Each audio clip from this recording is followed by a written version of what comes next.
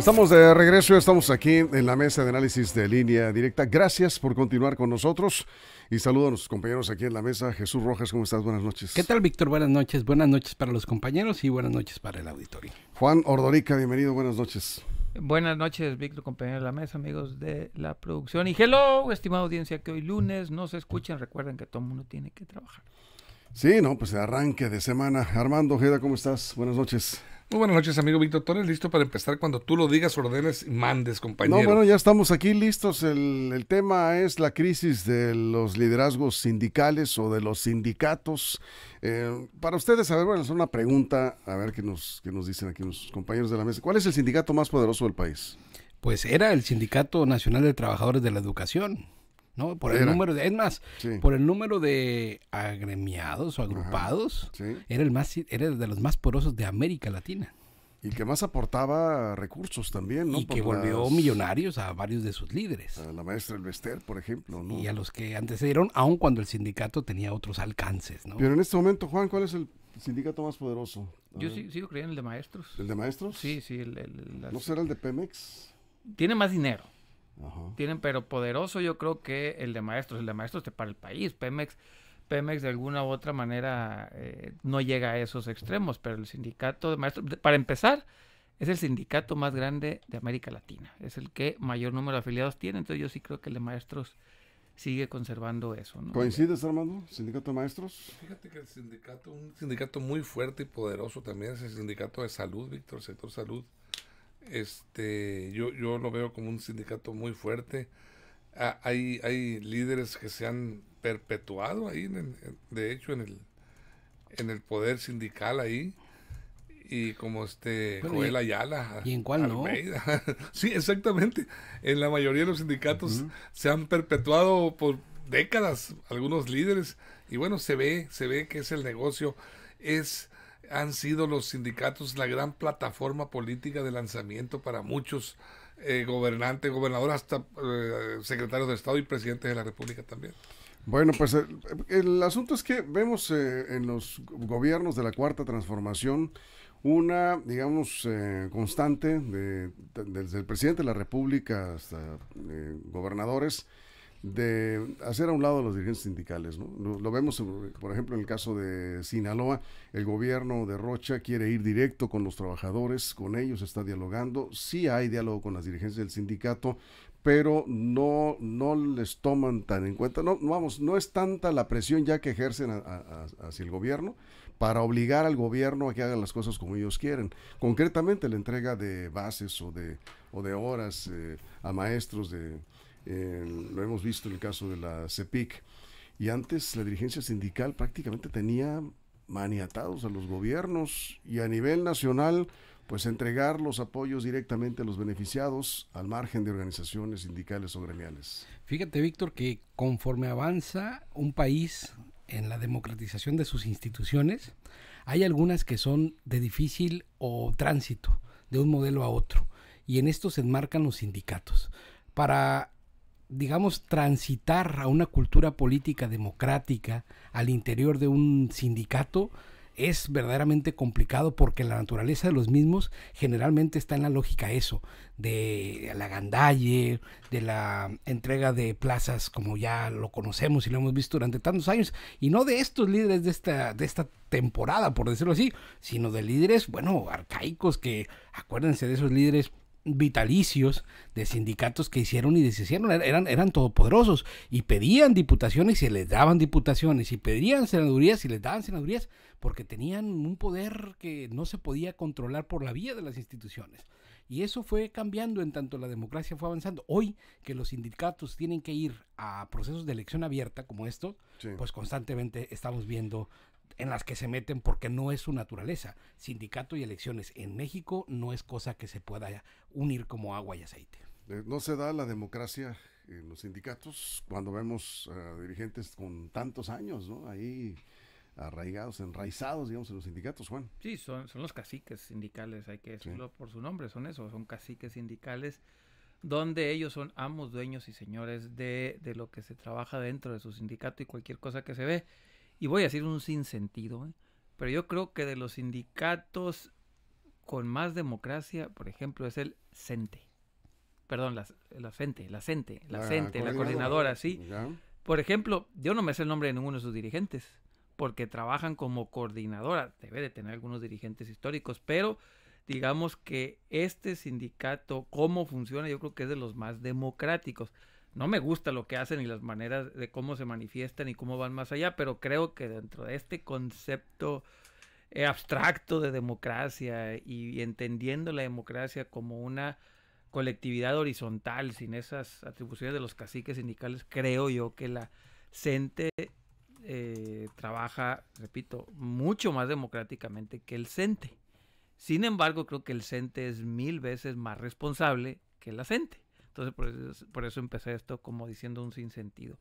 Y ya pasando, por ejemplo, el caso de Sinaloa, los sindicatos que tenemos en Sinaloa, bajo ninguna óptica, visión, al menos propia, por supuesto, y desde luego, no hay ningún ejemplo de sindicalismo que sea vanguardia en la democracia, en la transparencia, en una vanguardia en propuestas para los trabajadores. No. Yo creo, sin temor a equivocarme, que el sindicalismo en Sinaloa al menos trae unos 40 años de retraso, fácil, sin problema alguno. Eso es, Armando. Sí, en realidad los sindicatos nacieron como una necesidad del trabajador para defender sus derechos, para tener un órgano colegiado, una agrupación, una trinchera desde donde poder luchar por sus derechos fundamentales, sus derechos laborales, mejores prestaciones, mejores sueldos, todo lo que tiene que ver con vacaciones, todo ese espectro, aguinaldos, todo lo que conlleva el espectro laboral. Pero los líderes mismos empezaron a convertir en materia prima política a todos los agremiados. Los convirtieron en entes negociables. Por eso es que se perpetuaban mucho en el poder los grandes líderes. ¿Por qué? Porque a través de canonjías, a través de corrupción, muchas veces también a través de amenazas hacia los trabajadores, los obligaban a alinearse con la persona, con el candidato, con el líder que ellos marcaran, indicaran.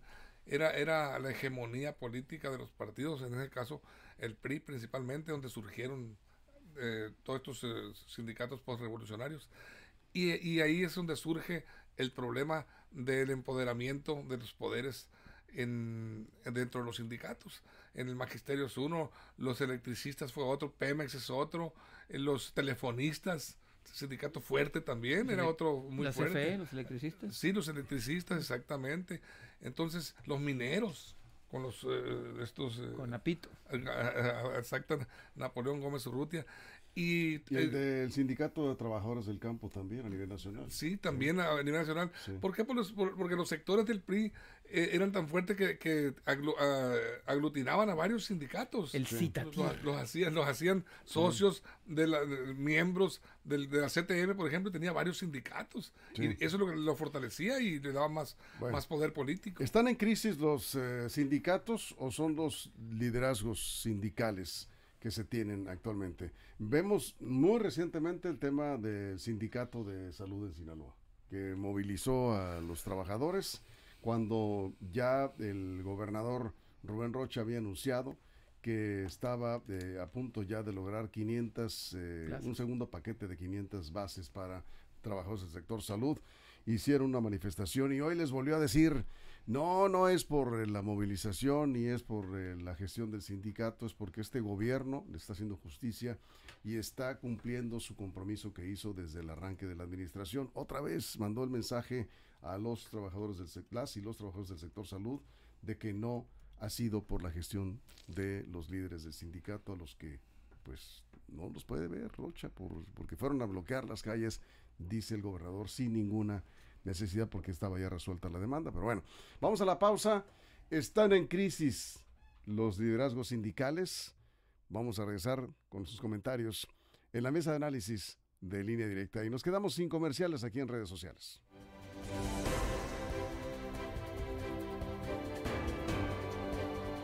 Línea Directa, información de verdad. Línea Directa. ¿Recuerdan ustedes cuando las plazas de maestros eran propiedad del sindicato? Sí, claro. Cuando los los cargos, ya no, bueno, no sé si la Secretaría, la CEPIC, la Secretaría, pero de ahí para abajo. La política todo. educativa en México Sí. la llevaba el sindicato. Sí, tú lo has dicho O sea, todo. un ente externo completamente al gobierno dictaba por dónde se iba la política educativa. Siempre, jamás pensando en los educandos, jamás pensando en los niños que estaban en las aulas o los adolescentes que estaban en la secundaria o en la prepa, no, jamás. Pensando en sus canonjías, pensando en cómo se repartían las plazas, cómo se tomaban por secciones completas para quien iban. Pero no estoy hablando del Bester, de Jonquitud Barrios, ¿te acuerdas Sí, de cómo esos no, personajes, sí, no? sí, Que sí. la güera Alcaine, Rodríguez Alcaine.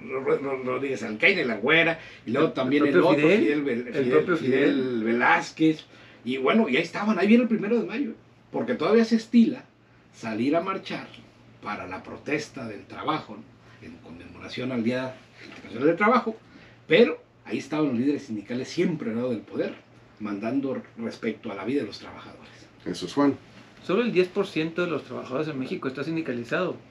Eso es un dato importante, que hay poco... Dramáticamente reducido. Sí, número, y casi la mayoría están en el sector público. Ahí donde está la mayoría de los sindicatos. De los privados importantes solamente es el de Teléfonos de México, que es el único que por ahí de vez en cuando se escucha que tienen algo de actividad. Y en fuera casi todos son públicos, y eso hace que les entre a los dirigentes sindicales ¿cómo podemos decirle? Les pica la mosquita de quererse ir siempre a algún puesto de elección popular. Sí.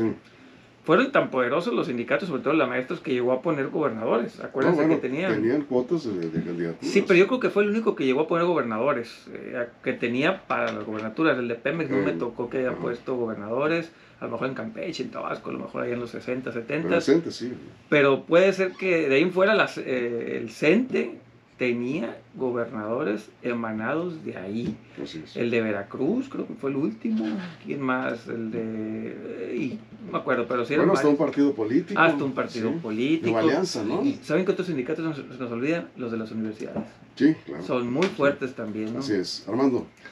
Mira, estaba viendo una lista de líderes sindicales que han trascendido, que han permanecido por décadas. Y lo puedo hacer rápidamente, si el tiempo me lo permite, Víctor. Sí. Joel Ayala Almeida, secretario general de FEDSE. Ese tiene... ¿De qué sindicato es? La FEDSE. La FEDSE. Federación de Trabajadores al Servicio del Estado. Sí. Él a nivel nacional controla el sector salud, el liderazgo. Sí. Víctor Félix Flores, desde 1995, secretario general del Sindicato de Trabajadores Ferrocarrileros. Víctor Flores. Víctor Flores. Sí. Víctor Fuentes del Villar, desde el 2005, secretario general del Sindicato de Electricistas. ¿Sigue siendo? Joaquín Gamboa Pascoy, desde 2005, secretario general de la CTM. Entró él después ahí de los ¿Todavía liderazgos. existe la CTM? Sí. Napoleón Gómez Urrutia, sí, desde el 2001, secretario general del Sindicato Minero. Senador de la Es República. hijo del otro Napoleón. Sí. Isaías González Cuevas, desde el 2005, secretario general de la CROC, es Confederación Revolucionaria de Obreros y Campesinos.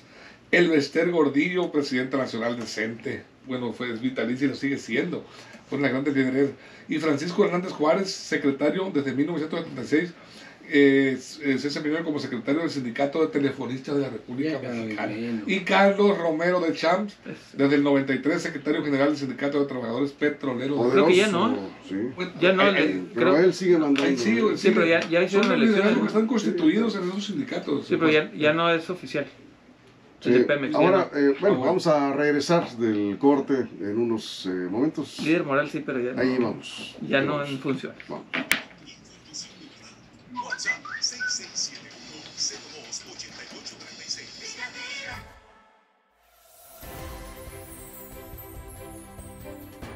Bien, estamos de regreso, estamos hablando de la crisis de los liderazgos sindicales.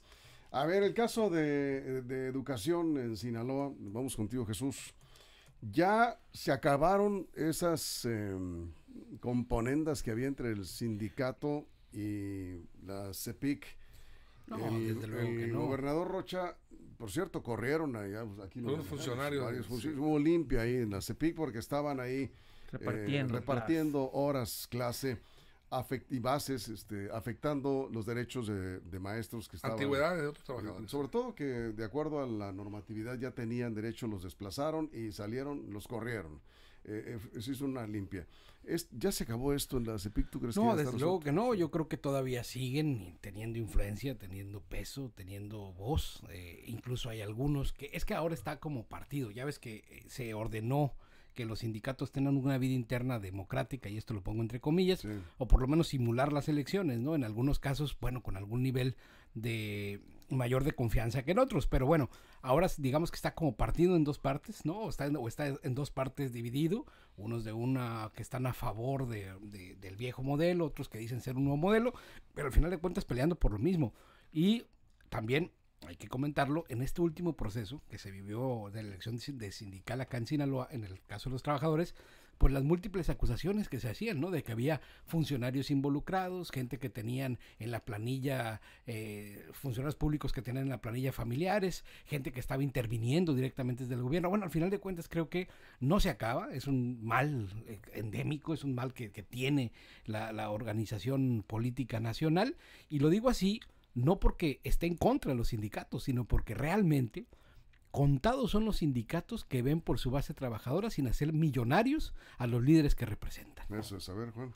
Y no es una situación exclusiva de México. Por ejemplo, en Estados Unidos, algunos sindicatos están controlados por el Partido Demócrata. Todos saben que el Partido Demócrata tiene muchas ligas en la parte política con, bueno, Estados Unidos saben que el Partido Demócrata y los sindicatos van muy de la mano. Otros dicen que hasta de la mafia, pero esas son otras cosas con Jimmy Hoffa allá en los 60, 70 que le desaparecieron y lo siguen buscando. En muchos países los sindicatos tienen esos problemas. En Europa no, por ejemplo en Francia los sindicatos ahí funcionan diferente, tienen otro estatus, trabajan de una manera diferente. Allá sí, casi es obligatorio donde trabajes, tienes que pertenecer a algún sindicato, sea así sea la parte privada, depende del país. En México sí hemos batallado mucho con nuestro sindicalismo. El gran problema es ese, que se han dedicado, no me gusta llamarles líderes porque no lo son, porque si les quitas el puesto en ese momento no los va a visitar nadie. Son los dirigentes sindicales, lo que hemos tenido son personas que en lugar de ver por sus trabajadores ven por carreras políticas. Ni siquiera me voy a meter al tema personal de que quieren por ellos, no, sino quieren construir carreras políticas utilizando a los trabajadores como mero escalón y se les olvida. Cuando los necesitan van y regresan a las bases. Y otra cosa hay que decirlo también, gran parte de los sindicatos durante muchos años estuvieron contratando gente que venían desde las dirigencias, por lo tanto, las bases debían su trabajo a los dirigentes y era un círculo vicioso. Sí, antes para conseguir, por ejemplo, bases sindicales, ibas a ver al dirigente del sindicato. Hoy cada vez es menos eso. Pues mira, Víctor, tengo mis dudas de si sí puede ser que haya Hablando de No ha eso, desaparecido, pero sí. es menos. Sí, no ha desaparecido. A que haya venido menos no tengo duda, a lo mejor sí. Pero mira, ve cómo se disputan con garra y con todos los liderazgos en los sindicatos. Acabamos de vivir aquí en el Estase. En el Estase, que todavía están en pleito, están discutiéndose, se dicen robados, uno en la planilla, creo, azul, ¿no? Sí. Sobre el rojo que se da ese triunfador. Y ahí están, incluso ante el gobernador, han planteado que intervenga para que se cuenten los votos por voto, como en las grandes elecciones. Quiere decir que sí tiene algo de mucho dinero, mucho dinero y poder mucho también dinero. para mover. En los sindicatos de los ayuntamientos pasa lo mismo. Acabamos de vivir un proceso de huelga. Hacía mucho que no se iba en huelga en serio un sindicato. El sindicato del ayuntamiento de Salvador Alvarado en Guamúchil Unos días, ¿no? se fue a huelga, sí, Víctor, pero lograron su propósito, fíjate, ellos estaban pidiendo Más plazas. estaban pidiendo aumento salarial, el 8%. El ayuntamiento les ofrecía el 3%. Bueno, negociaron, se pronuncian para irse a huelga. Un día antes le dice el presidente, les vamos a dar el 5%. No, se van a huelga y entra el gobernador del estado a apoyar al ayuntamiento con el 3% restante, les dan el 8% y bueno, se conjura la huelga. Siempre se celebra la huelga, dura creo que 40 horas más o menos. Y se levantan, pero logran negociar, de alguna manera lograron su propósito del 8%. Entonces el sindicato ahí pues funcionó, los trabajadores encantados, en una parte en gran medida con el gobernador que entró al quite y se completó ahí, no sé cómo estaría el asunto, que va a ser hasta retroactivo hasta enero, incluso el 8%. Entonces es una lucha sindical que se ganó en base a una presión laboral que fue la huelga. Jesús. Escuchaba yo la nota que dabas antes de entrar aquí a la mesa respecto a la elección del sindicato del Estase, que es un sindicato de trabajadores al servicio del Estado. y pues entendí que ganó el de la planilla roja, ¿no? Y Michel. Ajá, y Michel.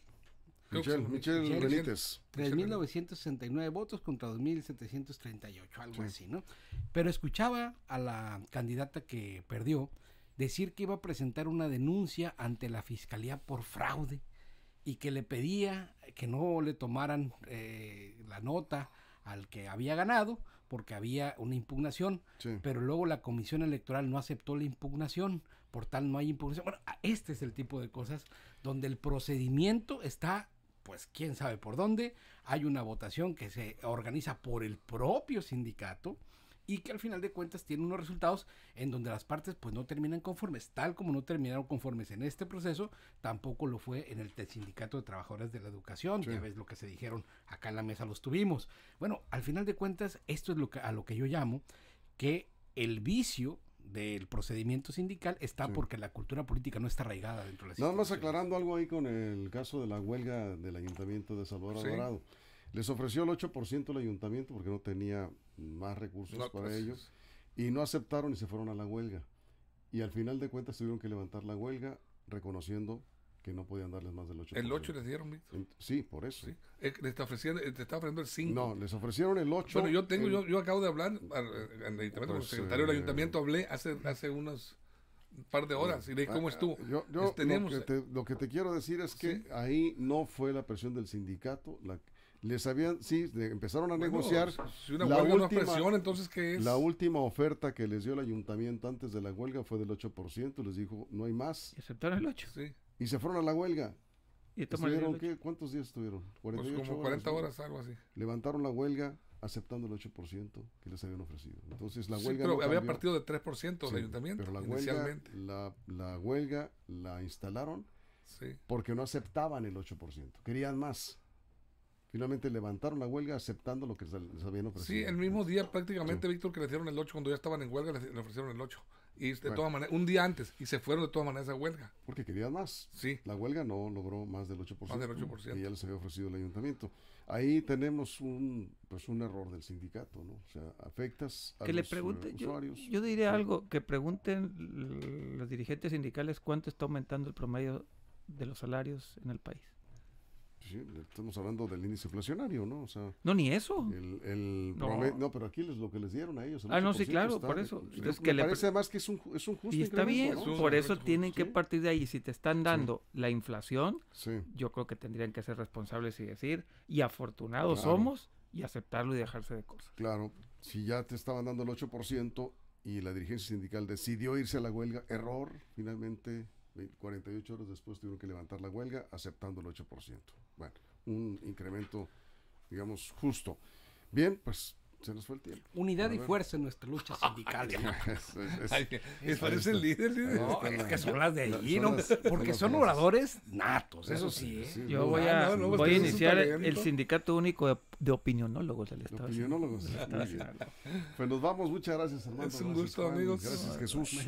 Gracias a usted por su compañía. Nos esperamos mañana en punto de las 6 de la mañana con más noticias en Línea Directa. Y si algo importante sucede en las próximas horas, no lo olviden, está en lineadirectaportal.com y en nuestras redes sociales. Pásenla bien. Línea Directa, información de verdad. Línea Directa.